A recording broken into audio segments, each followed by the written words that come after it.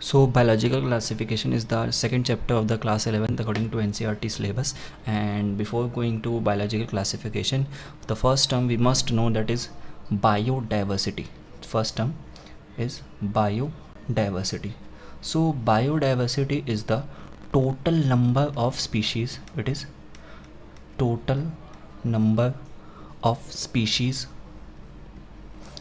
on earth or universe, anything you can call on earth, यानी कि अर्थ पे या यूनिवर्स पे जितने भी टोटल नंबर ऑफ स्पीसीज़ है उसे हम क्या कहेंगे, बायोडाइवर्सिटी. और इसका जो काउंट है डेट इज़ 1.7 to 1.8 मिलियन. इसका जो काउंट है डेट इज़ 1.7 to 1.8 मिलियन, यानी कि अर्थ पे टोटल इतनी नंबर ऑफ स्पीशीज़ हमें मिलती हैं. अब इतनी नंबर ऑफ स्पीशीज़ को हमें एक साथ पढ़ना काफ़ी ज़्यादा डिफिकल्ट होता है, इसलिए हम इसको कैटेगराइज करना स्टार्ट करते हैं, यानी कैटेगराइज या फिर क्लासीफाई करना स्टार्ट करते हैं. And that chapter is called as biological classification. तो देखिए, कैटेगराइजेशन या क्लासिफिकेशन फर्स्ट टाइम जिन साइंटिस्ट ने किया था उनका नाम था एरिस्टोटल. उनका क्या नाम था, Aristotle. It is was the first. अच्छा, एरिस्टोटल को हम फादर ऑफ बायोलॉजी भी कहते हैं. Is also the father of biology.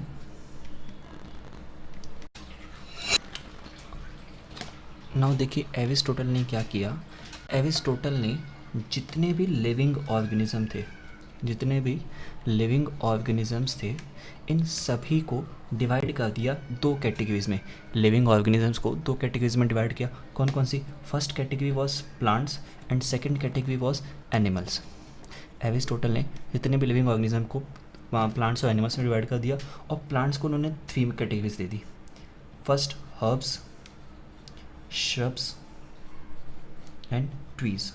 Herbs, shrubs and trees. और एनिमल्स को डिवाइड किया एनाइमा एंड इनाइमा.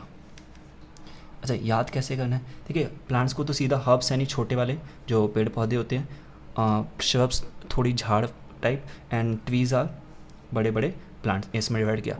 एनिमल्स को डिवाइड किया on the basis of presence और absence of RBCs. On the basis of presence of RBCs. एक बात याद रखिएगा, कभी भी कई वर्ड्स ई से शुरू हो जाए ना, ई या फिर यू से, इसका मतलब होता है ट्रू. इसका मतलब हमेशा होता है ट्रू.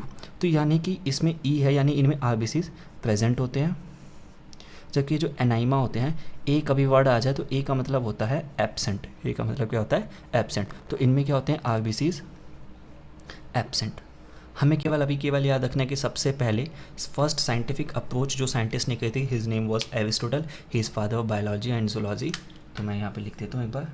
इन्होंने क्या किया था? First scientific approach for classification. First scientific approach for classification किसने की थी? एरिस्टोटल ने. अब देखिए, ये तो हुए हमारे फर्स्ट साइंटिस्ट. अच्छा, अभी हमने किंगडम जैसी कोई बात नहीं की.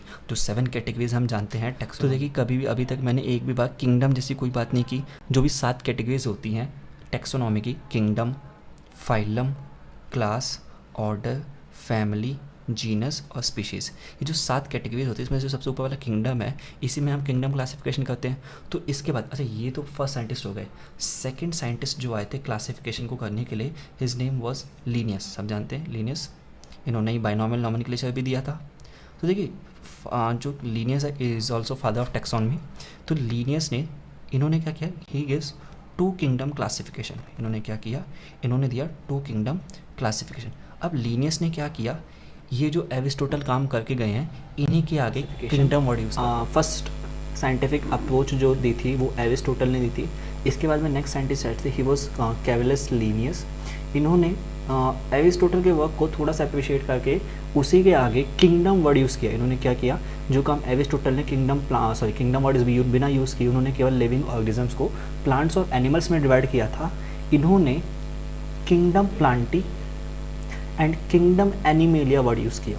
यानी कि इन्होंने भी थोड़ा सा सेम ही यूज़ किया, बट इन्होंने वर्ड्स यूज़ कर दिए kingdom Plantae and kingdom animalia. और बहुत ही ज़्यादा सिंपल कैरेक्टर्स के बेसिस पे इन दोनों के में डिफरेंस बना दिया. क्या डिफरेंस बनाया? ठीक है, पहला कैरेक्टर यूज़ किया इन्होंने सेल वॉल. तो प्लांट्स में सेल वॉल किसकी होती है? सेलुलोज की. यानी यहाँ पे सेल वॉल क्या होती है? प्रेजेंट. जबकि एनिमल्स में cell wall is absent. Animals में cell wall is absent. Second उन्होंने यूज़ किया लोकोमोशन यानी चलना फिरना. तो लोकोमोशन हम जानते हैं कि जो प्लांट्स होते हैं ये मूव नहीं करते, तो इनमें लोकोमोशन क्या होता है? एब्सेंट. एंड थर्ड फीचर इन्होंने यूज़ किया था वो था न्यूट्रिशन, इनके भी था न्यूट्रिशन। तो न्यूट्रिशन इन्होंने यूज़ किया कि जो प्लांट्स होती हैं ये खाना नहीं खाते यानी डू नॉट ईट, जबकि जो एनिमल्स होते हैं ये खाना खाते हैं, it was eat. Fourth feature इन्होंने जो यूज़ किया it was a contractile system. यहाँ पर कौन सा सिस्टम यूज़ किया, कॉन्ट्रैक्टाइल सिस्टम। तो देखिए कॉन्ट्रैक्टाइल सिस्टम बेसिकली एक्सक्रीशन में इन्वॉल्व होता है। तो contractile system is present in animals and it is absent in plants, next उन्होंने जो करेक्टर यूज़ किया it was next was response to stimulus. Next feature इन्होंने यूज़ किया रिस्पॉन्स टू स्टिमुलस, यानी कि अगर हम किसी भी बॉडी को एक्सटर्नल स्टिमुलस देते हैं यानी एक्सटर्नल डिस्टर्बेंस देते हैं किसी भी बॉडी को, तो वो कैसा रिस्पॉन्स करेगा। तो हम जानते हैं कि अगर हम प्लांट को इफेक्ट करेंगे, प्लांट्स को हम कोई भी उसका टेम्परेचर पीएच चेंज करेंगे, तो वहाँ पे जो रिस्पॉन्स आता है वो थोड़ा क्या आता है, स्लो। जबकि एनिमल्स को अगर हम इरिटेट करते हैं या डिस्टर्ब करते हैं तो वहाँ पर रिस्पॉन्स काफ़ी ज़्यादा फास्ट आता है। ये हुआ। अब देखिए इसके अलावा इन्होंने जो एग्जाम्पल्स डाले थे तो उन्होंने एनिमल्स में डाले क्या क्या। सो एग्जाम्पल जो उन्होंने यूज़ किए थे ये वाज एनिमल्स में उन्होंने यूज़ किए vertebrates, invertebrates and protozoans. Vertebrates, invertebrates and protozoans. इसके अलावा प्रोटोजोअन्स, इसके अलावा यहाँ पे जितने भी प्लांट्स बच गए सारे के सारे, फॉर एग्जांपल एल्गी, इसके अलावा सारे के सारे जिम्नोस्पर्म्स, एंजियोस्पर्म्स, मतलब इसके अलावा मेनली जो बच गया था वो सारा कहाँ पे आ गया था, प्लांट्स में यूज़ कर दिए थे। अब देखिए जैसे हम जानते हैं कि अभी 2 किंगडम क्लासिफिकेशन है, इसके बाद में 3 किंगडम क्लासिफिकेशन भी आया, 4 किंगडम क्लासिफिकेशन भी आया, 5 किंगडम क्लासिफिकेशन भी आया और उसके अलावा में 6 किंगडम क्लासिफिकेशन भी आया। तो ऑब्वियस सी बात है कि 2 किंगडम क्लासिफिकेशन में कुछ ना कुछ कमियाँ, कुछ लिमिटेशंस रही होंगी। तो हम 2 किंगडम क्लासिफिकेशन के ड्रॉबैक्स देखते हैं। क्या देखेंगे, 2 किंगडम क्लासिफिकेशन के ड्रॉबैक्स यानी कि लिमिटेशंस। तो देखिए सबसे पहला लिमिटेशन जो आता है इसे डिफ्रेंशिएट नहीं कर पाए। डिफ्रेंशिएट मतलब ये डिफरेंस नहीं बता पाए किस किस के बीच में, differentiate, do not differentiate between, किस किस के में। यहाँ पे कोई भी मल्टी सेलुलर या फिर यूनिसेलुलर जैसी कोई बात ही नहीं, जबकि हम जानते हैं कि बहुत सारे ऑर्गेनिज्म यूनिसेलुलर होते हैं और बहुत सारे ऑर्गेनिजम्स कैसे होते हैं, मल्टी सेलुलर। तो this kingdom classification do not differentiate between unicellular and multi cellular organisms. Unicellular and multi cellular organisms के बीच में कोई डिफ्रेंशिएट नहीं किया इन्होंने। सेकंड, इन्होंने यहाँ पे कोई भी प्रोकैरियोटिक या यूकैरियोटिक जैसी कोई बात नहीं की। तो this also do not differentiate between prokaryotes and eukaryotes, prokaryotes and eukaryotes. Third, इन्होंने यहाँ पे कोई भी फोटोसिंथेसिस जैसी बात नहीं की, बस न्यूट्रिशन यूज़ भी किया तो बहुत सिस्टम की खाना खाते हैं या फिर नहीं खाते, जबकि हम अच्छे से जानते हैं कि प्लांट्स में ही क्या होता है, फोटोसिंथेसिस। वो हम आज जानते हैं, आज यानी कि हम काफ़ी ज़्यादा आगे की बात कर रहे हैं। लेकिन ये जो क्लासिफिकेशन दिया गया लीनियस ने दिया वो बहुत पहले दिया था। तो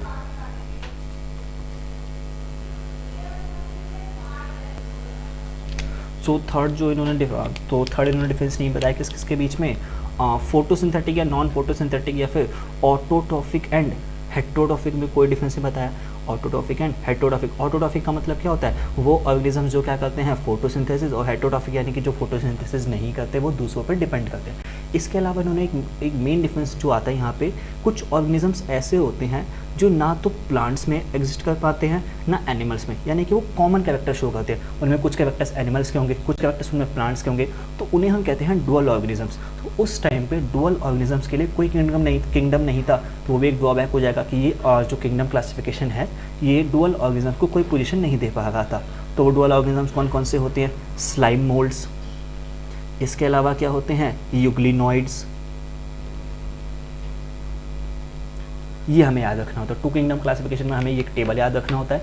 इसके अलावा इनके ड्रॉबैक्स, और it was given by Carolus, Linnaeus. अच्छा, लीनियस नहीं, बायनॉमियल नोमेनक्लेचर भी दिया था, ये भी एक अच्छा पॉइंट होता है। तो देखिए 2 किंगडम क्लासिफिकेशन अपन ने कंप्लीट कर लिया। अब 2 किंगडम क्लासिफिकेशन के बाद एनसीईआरटी में सीधा गिवन है 5 kingdom classification which was given by R H. Whittaker.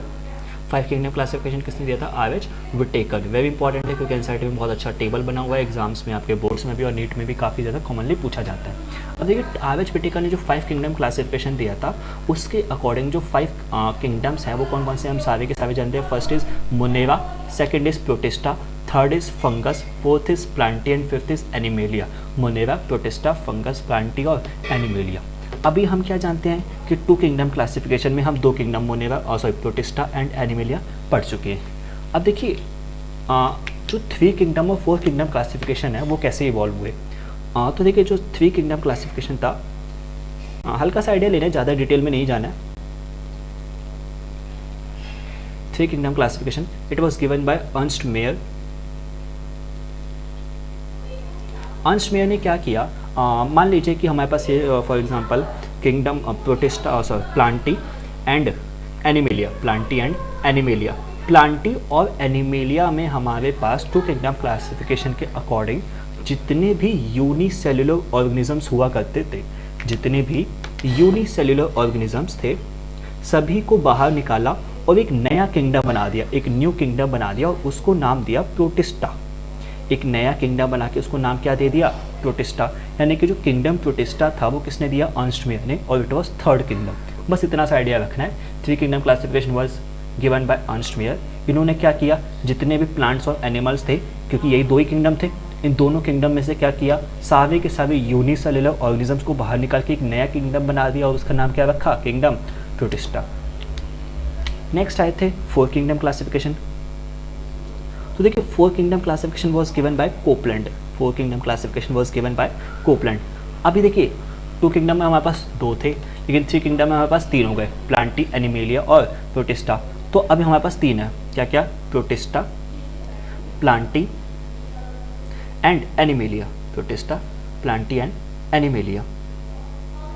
अब देखिए ये जो कोपलैंड है, इन्होंने क्या किया, इन्होंने प्रोटिस्टा, प्लांटी और एनिमेलिया तीनों में से जितने भी प्रोकैरियोटिक ऑर्गेनिजम्स थे, प्रोकैरियोटिक यानी प्रिमिटिव बैक्टीरिया वाले ऑर्गेनिजम्स, तीनों में से प्रोकैरियोटिक ऑर्गेनिजम्स को बाहर निकाला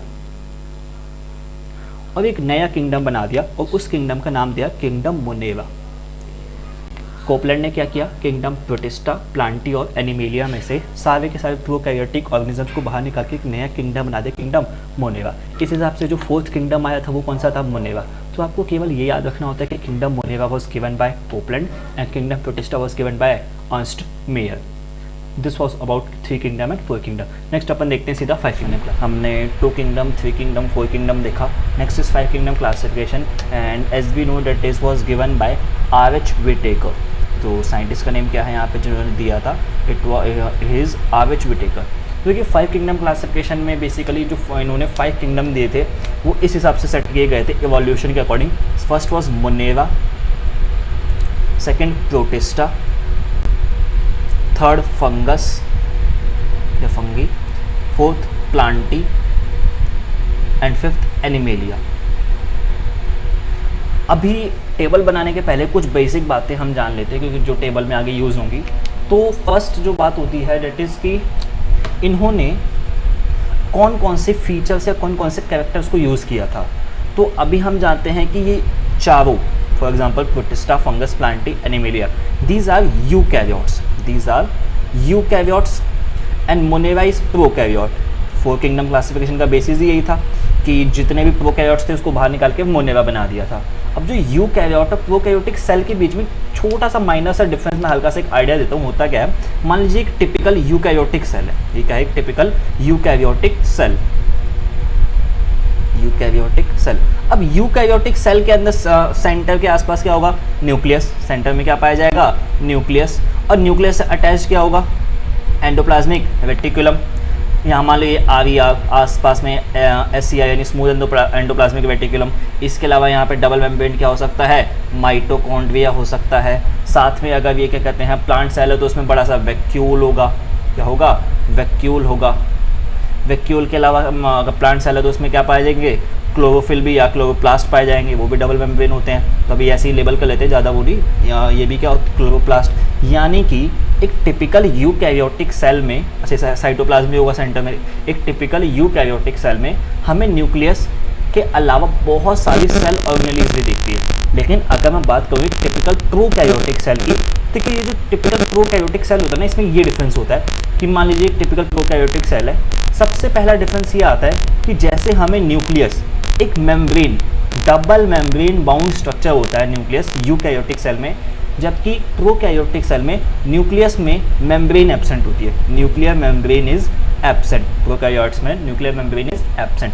अब न्यूक्लियस में पाया जाता है डीएनए, और अगर न्यूक्लियस मेम्ब्रेन ही एब्सेंट है, मान लीजिए न्यूक्लियस था, इसके अंदर ये डीएनए पूरा फैला हुआ है, अब अगर मैं कहता हूँ कि ये वाली जो मेम्ब्रेन ही एब्सेंट है, तो क्या ये जो न्यूक्लियस एक जगह कंसंट्रेटेड रह पाएगा? नहीं, ये पूरे में फैल जाएगा। सेम चीज़ यहाँ पे होती है, यहाँ पे डीएनए जो होता है पूरे में फैला होता है, पूरे साइटोप्लाज्म में डीएनए फैला होता है, न्यूक्लियर मेम्ब्रेन एब्सेंट होती है। इसके अलावा यहाँ पे most of the cell organelles, हम कहते हैं membrane bound cell organelles are absent, membrane bound cell organelles absent होती है यहाँ पे, कहाँ पे? प्रोकैरियोट्स में। तो फिलहाल ये दो डिफरेंस याद रखने हैं हमको कि जो प्रोकैरियोट्स होते हैं इनका न्यूक्लियस पूरे में फैला होता है, न्यूक्लियर मेम्ब्रेन एब्सेंट होती है, जबकि जो यूकैरियोट्स होते हैं इसका वेल डिफाइंड न्यूक्लियस होता है, न्यूक्लियर मेम्ब्रेन भी होती है, साथ में अच्छी खासी सेल ऑर्गेनेलीज भी पाई जाती है। और प्रोकैरियोट्स में सिर्फ और सिर्फ मोनेरा, और यूकैरियोट्स में ये सारे चारों। अब हम टेबल की तरफ बढ़ते हैं। सो नाउ हम 5 किंगडम क्लासिफिकेशन का टेबल पार्ट देखते हैं। देखिए टेबल पार्ट में सबसे पहले जो हम 5 हैं, मोनेरा, प्रोटिस्टा, फंगस, प्लांटिया और एनिमेलिया, ये 5 किंगडम्स डिफाइन किए थे आर.एच. व्हिटेकर ने। और ये फीचर्स या कैरेक्टर्स हम यूज़ करेंगे इनको क्लासीफाई करने के लिए। सेल का टाइप, सेल का wall, cell wall, nuclear membrane, body organisation and mode of nutrition. तो शुरू करते हैं। तो देखिए सबसे पहले है सेल टाइप। सेल टाइप यानी प्रोकैरियोटिक और यूकैरियोटिक। तो हम जानते हैं कि ये जो चारों हैं, प्रोटिस्टा, फंगस, प्लांटिया और एनिमेलिया, ये सभी कैसे होती हैं? यूकैरियोटिक। जबकि मोनेरा अकेला कैसा होता है? प्रोकैरियोटिक। तो मोनेरा कैसा है? मोनेरा कैसा है? प्रोकैरियोटिक। बाकी सारे कैसे हैं? यूकैरियोटिक या यूकैरियोट्स। ठीक है, यानी मोनेरा कैसा होता है? प्रोकैरियोटिक, और बाकी चारों कैसे होते हैं? Eukaryotes. Next is cell wall. देखिए सेल वॉल ना हम थोड़ा बैक साइड से स्टार्ट करते हैं, याद करने में थोड़ी आसानी होगी आपको। तो देखिए एनिमल सेल में हमेशा सेल वॉल एब्सेंट होती है। क्यों? क्योंकि एनिमल सेल जैसे अपन हम ह्यूमन आरबीसी की बात करें तो आरबीसी की शेप होती है बाइकॉनकेव। आरबीसी की शेप कैसे होती है? बाइकॉनकेव। अब देखिए आरबीसी में सेल वॉल एब्सेंट होती है, डब्ल्यू मतलब ह्यूमन बॉडी के जितने सेल्स होते हैं सब में सेल वॉल क्या होती है? Absent. That's why our cells are flexible. अगर सेल वॉल होगी तो सेल वॉल ना सेल कैसा हो जाएगा? फ्लेक्सिबल। तो हम कहते हैं कि जो एनिमल सेल्स होते हैं इसमें cell wall is absent. Animal cell में सेल वॉल क्या होती है? एब्सेंट। अब देखिए प्लांट सेल में सेल वॉल होती है और किसकी बनती है? Cellulosic wall. प्लांट्स में किस चीज़ की सेल वॉल होती है? सेल्यूलोज की। तो यहाँ पे cell wall is cellulosic. Next मैं बात करूँ फंगस, तो फंगस में भी सेल वॉल पाई जाती है, but it is made up of chitin. Fungus में किस चीज़ की सेल वॉल मिलती है? काइटिन की। Next protista. देखिए प्रोटिस्टा में, वैसे प्रोटिस्टा को भी हम डिवाइड करते हैं तो हम 5 फाइलम बनाते हैं प्रोटिस्टा में, और वो होते हैं डायटम, डायनोफ्लैजिलेट्स, स्लाइम मोल्ड्स, यूग्लिनॉड्स और प्रोटोजोन्स। तो वहाँ पे किसी किसी में सेल वॉल पाई जाती है, कहीं कहीं नहीं पाई जाती। तो हम यहाँ पे लिखेंगे प्रेजेंट इन सम, कहीं पाई जाएगी कहीं पे नहीं, present in some. Next monera. Monera में थोड़ी सेल वॉल, बैक्टीरिया में थोड़ी अलग टाइप की सेल वॉल पाई जाती है। एनसीईआरटी में इसको नॉन सेल्यूलोजिक लिखा है, लेकिन एग्जैक्टली ये मिलती है किस चीज़ की? पेप्टिडोग्लाइकेन की। It is made up of peptidoglycan. अब पेप्टिडोग्लाइकेन है बेसिकली पेप्टाइड मतलब प्रोटीन, और ग्लाइकेन का मतलब शुगर, यानी it is made up of protein यानी अमीनो एसिड्स, एंड ग्लाइकेन यानी शुगर या पॉलीसेक्राइड्स। तो हम फिलहाल शुगर लिख लेते हैं। Next point nuclear membrane. तो देखिए न्यूक्लियर मेम्ब्रेन मैंने अभी बताया जितने यूकैरियोट्स है इन सभी में न्यूक्लियर मेम्ब्रेन क्या होगी? प्रेजेंट। जबकि अकेले प्रोकैरियोट्स में न्यूक्लियर मेम्ब्रेन क्या होगी? एब्सेंट। और यहाँ पे सब जगह क्या होगी? प्रेजेंट। नेक्स्ट पॉइंट आता है अपना बॉडी ऑर्गेनाइजेशन। तो बॉडी ऑर्गेनाइजेशन का ना मैं आपको थोड़ा सा आइडिया देता हूँ। देखिए हम जानते हैं कि एक ह्यूमन बॉडी है, मान लीजिए सपोज एक ह्यूमन बॉडी है। अब हमारे पास बहुत सारे सिस्टम्स पाए जाते हैं, बहुत सारे सिस्टम। मेरे पास डाइजेस्टिव सिस्टम भी है, मेरे पास रेस्पिरेटरी सिस्टम भी है, मेरे पास एक्सक्रीटरी सिस्टम भी है, कंट्रोल के लिए मेरे पास नर्वस सिस्टम है, हार्मोनल सिस्टम है, इम्यूनिटी है, मतलब बहुत सारे सिस्टम्स हैं। और ये सभी सिस्टम मिलके क्या करते हैं? मेरी बॉडी को बनाते हैं, रेगुलेट करते हैं, मेरी बॉडी को चलाते हैं। लेकिन एक सिंपल से सेल के बारे में सोचिए। मान लीजिए एक सिंपल सा सेल, फॉर एग्जाम्पल अमीबा। अब एक अमीबा है, इसके पास इतने सारे कॉम्प्लेक्स सिस्टम तो होंगे नहीं, क्योंकि एक सिंगल सेल है, क्या क्या डालेंगे। लेकिन एक अमीबा भी अपने आप में ये सारे प्रोसेस करता है, डाइजेशन भी करेगा, रेस्पिरेशन भी करेगा, एक्सक्रीशन भी करेगा।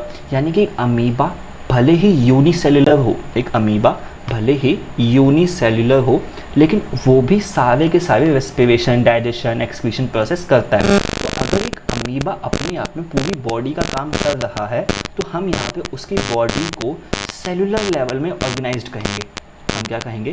अमीबा के पास एक सेलुलर बॉडी ऑर्गेनाइजेशन है, यानी कि सेल ही अपने आप में एक पूरी बॉडी का काम कर रही है।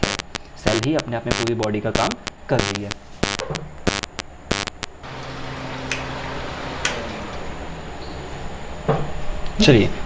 चलिए अभी ये बात बताई। अब देखिए बॉडी ऑर्गेनाइजेशन की बात करें तो जो मुनेवा यानी सिंपल है यानी बैक्टीरिया है, इसमें सेल्यूलर लेवल ऑफ ऑर्गेनाइजेशन पाया जाता है, यानी कि यहाँ पे सेल ही अपने आप में बॉडी का काम करेगा। जबकि प्रोटिस्टा में भी सेम सेल्यूलर, क्योंकि याद है हमने जब थ्री किंगडम बनाया था तो प्लांटी और एनिमल्स में ही से क्या निकाले थे? प्रोटिस्टा निकाले थे, क्योंकि जितने भी यूनिसेलुलर ऑर्गेनिज्म थे सबको उठा के कहाँ डाला था? प्रोटिस्टा में। और सारे के सारे प्रोकैरियोटिक ऑर्गेनिज्म यानी कि एनिमल्स, प्लांट और फंगस से निकाल के कहाँ पे डाले थे? मुनेवा में, यानी कि दोनों में सेलुलर है। फंगस में बेसिकली फंगस में टिश्यू बनता है बट उतने अच्छे से नहीं बन पाता, तो इसलिए हम इसको कहते हैं लूज टिश्यू। टिश्यू बनता है बट बहुत ज़्यादा अच्छे से टिश्यू नहीं बन पाया, तो इसलिए इसको हम कहते हैं लूज टिश्यू ऑर्गेनाइजेशन। जबकि प्लांट्स में टिश्यू भी बनता है, इसके अलावा ऑर्गन, दोनों ऑर्गन और टिश्यू। एनिमल में टिश्यू भी है, ऑर्गन भी है एंड ऑर्गन सिस्टम भी है। हम जब एनिमल किंगडम पढ़ेंगे तो वहाँ पे देखेंगे एनिमल किंगडम में बेसिकली 10 फाइलम होते हैं, तो अलग अलग जगह अलग अलग टाइप का बॉडी ऑर्गेनाइजेशन पाया जाता है। जो थोड़ी सिंपल है उसमें टिश्यू और ऑर्गन पाया जाएगा, जबकि जो कॉम्प्लेक्स है उसमें कैसा पाया जाएगा? Organ system level of organisation. अब बात करते हैं मोड ऑफ न्यूट्रिशन की। तो देखिए ये जो मोड ऑफ न्यूट्रिशन है इसका मतलब होता है कि कौन सा किंगडम में पाए जाने वाले ऑर्गेनिजम्स किस टाइप से अपना न्यूट्रिशन यानी अपनी फीडिंग यानी खाना खाते हैं। तो हम जानते हैं कि जितने भी एनिमल्स हैं, एनिमल्स यानी ह्यूमंस, टाइगर्स, जितने भी एनिमल्स हैं ये सभी खाना कैसे कैसे खाते हैं? Heterotrophic also called as holozoic भी कहते हैं। नेक्स्ट देखिए प्लांट्स में हम जानते हैं प्लांट्स में क्या होती है? फोटोसिंथेसिस। और फोटोसिंथेसिस से क्या बनाया जाता है? खाना, यानी यहाँ पे कैसा होगा? ऑटोट्रॉफिक। अब रही बात फंगस की, तो फंगस भी बेसिकली क्या कहते हैं? हेटेरोट्रॉफिक ही होते हैं, बट बेटर वर्ड हम यहाँ पे यूज़ करते हैं सेप्रोट्रॉफिक। सेप्रोट्रॉफिक का मतलब होता है ऐसा मोड ऑफ न्यूट्रिशन जिसमें जो ऑर्गेनिज्म है वो डेड एंड डिकेइंग मैटर पे फीड करे। किस पे? Dead and decaying. Dead and decaying मतलब सड़ा हुआ, गला हुआ मटेरियल। कोई मान लीजिए कोई ऑर्गेनिज्म है, कोई जानवर है, वो मर गया है और उसकी बॉडी सड़ हुई है। अब अगर सड़ हुई है बॉडी तो वहाँ पे कुछ माइक्रोब्स आते हैं ना, तो वो फंगस होते हैं, कुछ प्रोटिस्टा भी होते हैं। ठीक है, अब प्रोटिस्टा की बात करें तो प्रोटिस्टा में बहुत सारे टाइप का न्यूट्रिशन पाया जाता है। इसमें ऑटोट्रॉफिक भी पाया जाता है, इसमें सेप्रोट्रॉफिक भी पाया जाता है और इसमें हेटेरोट्रॉफिक भी पाया जाता है। तो हम यहाँ पे वर्ड लिखेंगे मिक्सोट्रॉफिक। कैसा लिखते हैं? मिक्सोट्रॉफिक। क्यों? क्योंकि यहाँ पे सारे टाइप का न्यूट्रिशन पाया जाता है।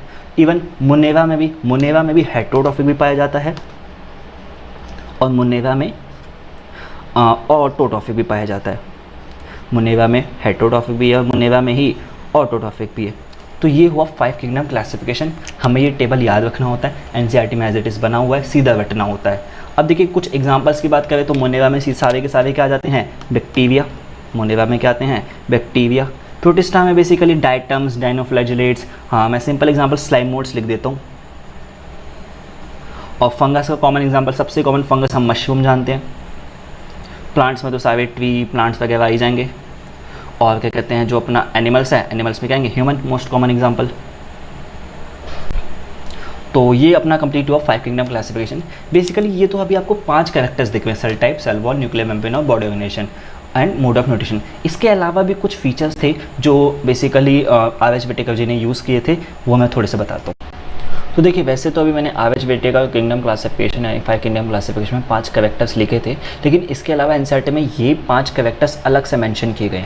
अब देखिए इसमें से cell structure, body organisation, mode of nutrition तो हमने वहाँ पे भी देखा, लेकिन इसके अलावा ये जो 2 दिख रहे हैं, रिप्रोडक्शन और साथ में फाइलोजेनेटिक रिलेशनशिप्स। इसके अलावा ये जो रिप्रोडक्शन और फाइलोजेनेटिक रिलेशनशिप्स हैं, ये देखो रिप्रोडक्शन और फाइलोजेनेटिक रिलेशनशिप्स का मतलब होता है इवोल्यूशन के अकॉर्डिंग लगाना। तो हमने जो लगाए थे ना मुनेवा, प्रोटिस्टा, फंगस, प्लांटी और एनिमेलिया, ये हमने बेसिकली इवोल्यूशन के अकॉर्डिंग ही लगाए थे। इसके अलावा रिप्रोडक्शन जो है टेबल में मेंशन नहीं है, लेकिन रिप्रोडक्शन टेबल में मेंशन नहीं होता, लेकिन अगर कभी कभार एमसीक्यूज़ में क्वेश्चंस पूछे जाते हैं तो हमें याद रखना होता है कि reproduction was also a basis of R H. Whittaker 5 kingdom classification.